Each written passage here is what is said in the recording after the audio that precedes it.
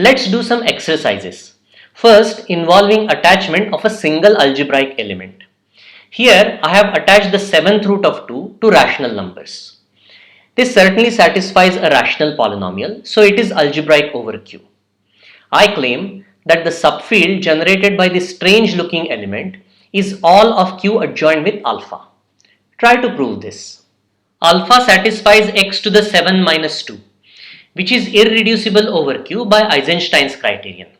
So it is the minimal polynomial of alpha over Q, and alpha has degree 7 over Q. Now beta is contained in Q adjoined with alpha. So Q round bracket beta is sandwiched between Q and Q adjoined with alpha.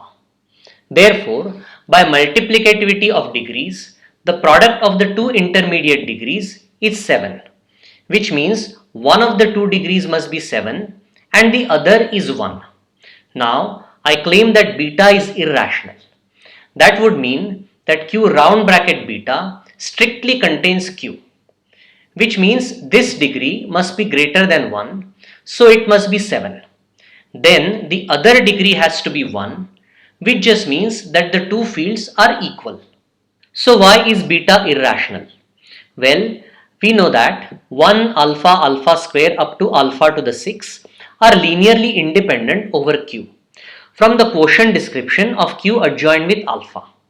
Now, there are positive powers of alpha with non-zero coefficients in beta. So I am done.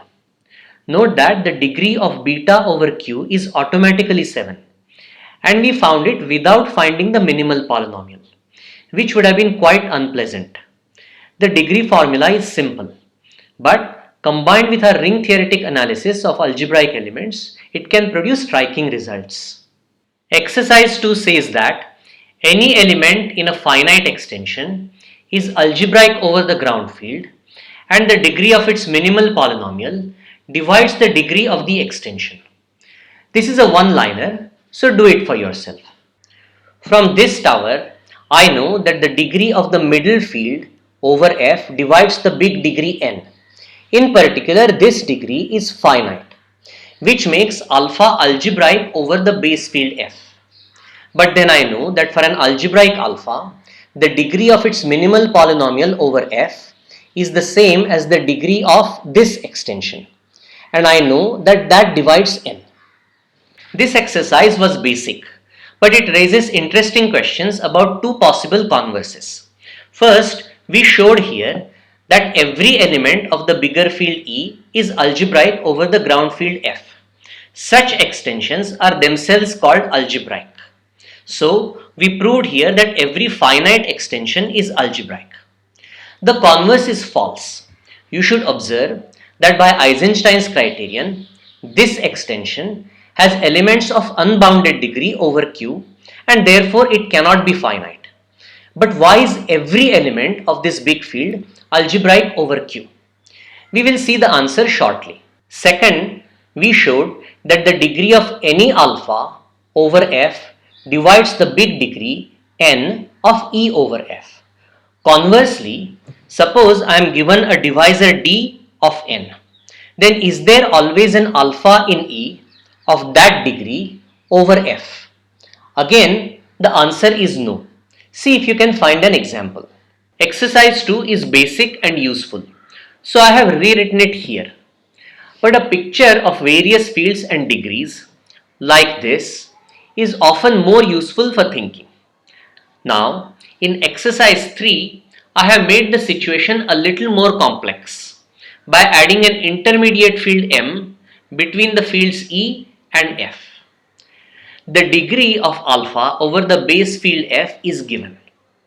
The question is whether the degree of alpha over the intermediate field has anything to do with this degree.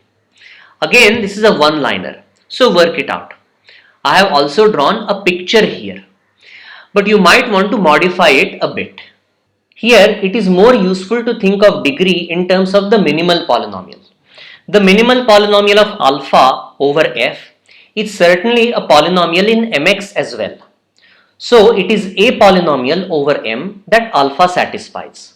So, the minimal polynomial of alpha over M must divide this polynomial. In particular, the degree E must be less than or equal to the degree D.